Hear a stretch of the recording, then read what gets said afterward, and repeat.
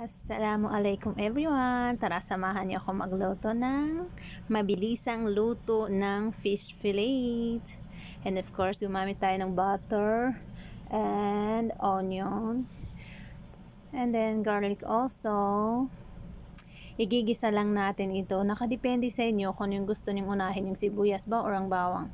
Inuuna ko lang talaga yung sibuyas kasi matagal igisa. And then isusunod na natin ang ating tomato paste with 7 mixed seasoning or Arabic seasoning na talagang gamit na gamit talaga dito. And then naglagay ako ng konting tubig with black pepper and konting asin. Kung gusto nyong magdagdag ng any seasoning na talagang papasa sa panlasa nyo, pwede rin.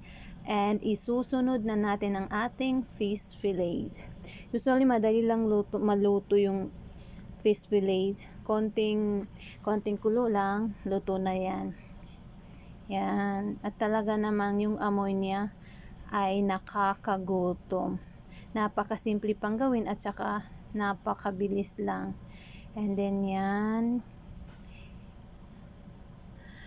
hihintayin lang natin kumulo, tapos it was ready.